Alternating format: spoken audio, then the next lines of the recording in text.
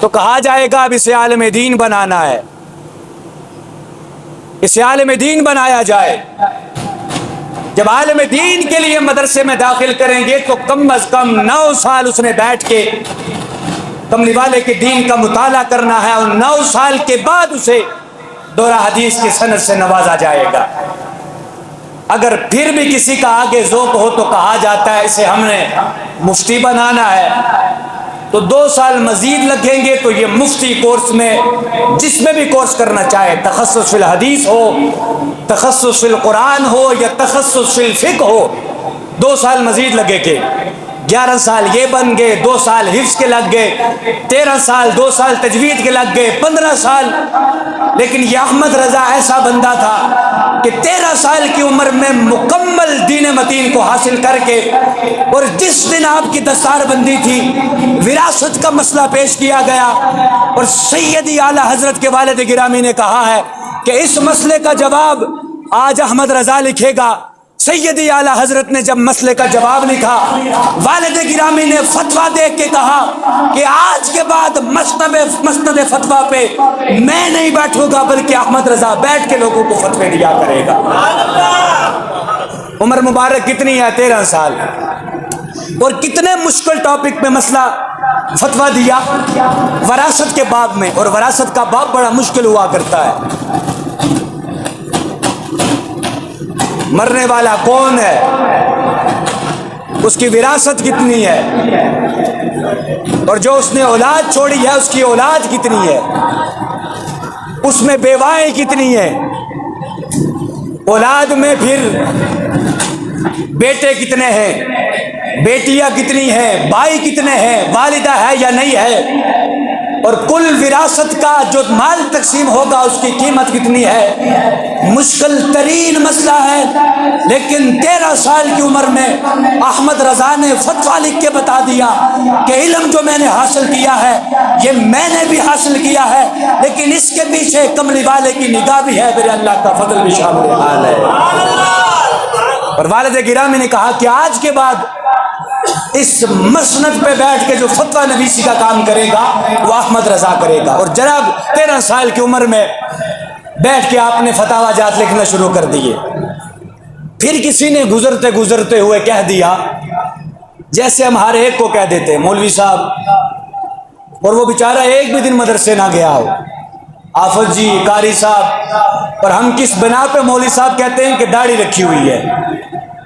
ٹوپی سر پہ رکھی ہو تو حافظ صاحب بنا دیتے ہیں، کیوں بھائی، یا قاری صاحب سر پہ ٹوپی رکھی ہے۔ لیکن وہ کیسے لوگ حیادار تھے کہ احمد رضا کو کسی نے کہا حافظ صاحب، آپ نے کہا صاحب میں حافظ نہیں ہوں، لیکن تو نے میرے اوپر لیبل لگا دیا ہے حافظ صاحب کا، اب احمد رضا کو جب تو اگلی بار پکارے گا تو احمد رضا اللہ کے قرآن کا حافظ بن کے تیرے سامنے آئے گا، اب میں حفظ کروں گا۔ اور بندہ سوچ سکتا ہے نا کہ جب بچپنے میں تھے تو تب قرآن حفظ کر لیتے، ناظرہ تو 4 سال کی عمر میں پڑھ لیا تھا، اس کے بعد حفظ کر لیتے تو اچھی بات تھی، اتنے علوم کے بعد اب حفظ کرنا، اور ماہ رمضان کا مہینہ ہے، سیدی اعلیٰ حضرت نے پہلے ہی رمضان کہا کہ مصلی پہ کھڑا ہو کے تراویح میں خود پڑھاؤں گا، نماز تراویح کے اندر سورتیں نہیں پڑھیں گے، اللہ کا قرآن الحمد سے شروع کریں گے، اور سیدی اعلیٰ حضرت نے یکم رمضان سے پہلے سپارے کو یاد کرنا شروع کیا۔ جب رمضان مکمل ہوا، ادھر رمضان مکمل ہوا، سیدی اعلیٰ حضرت نے اللہ کے قرآن کو زبانی یاد کر لیا۔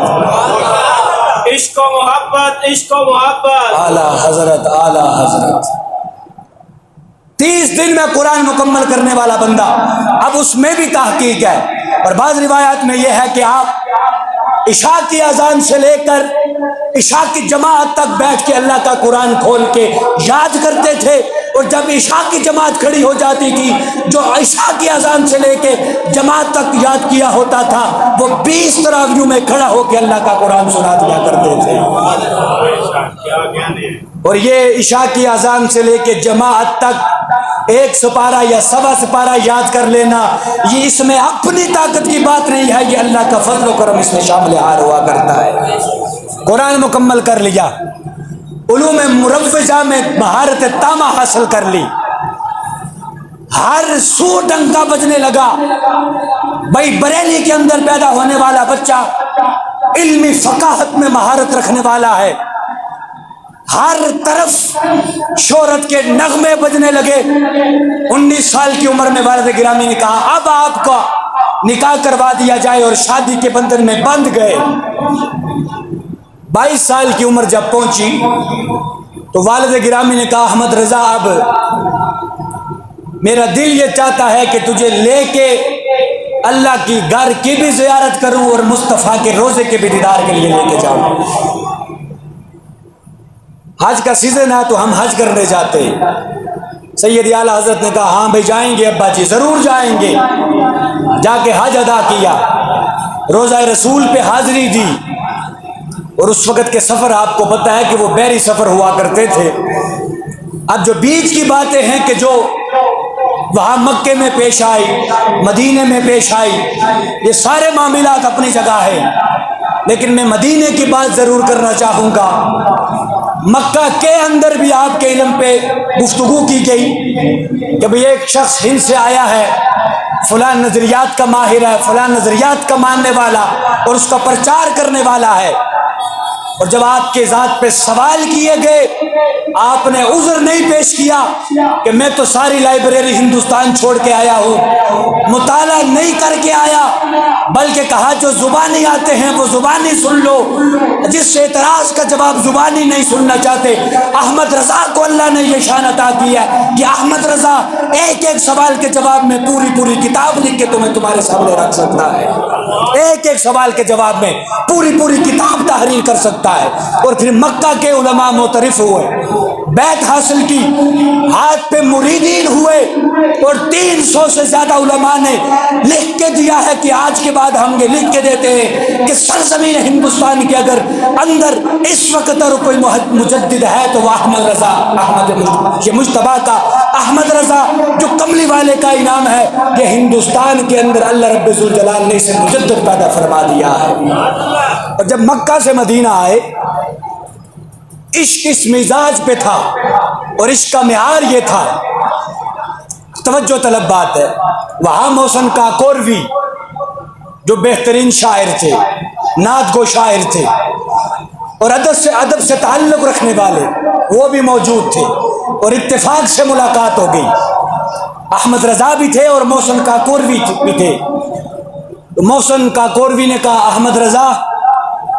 آپ بھی ادب سے تعلق رکھتے ہیں, آپ بھی نعت کا سلیقہ رکھتے ہیں, کملی والے کی ذات کے بارے میں آپ نے بھی ادب کا لحاظ رکھتے ہوئے کملی والے کی ذات کو خراج عقیدت پیش کیا ہے, لیکن میں نے مدینے میں آ کے نا تھوڑی سی منظر کشی کی ہے.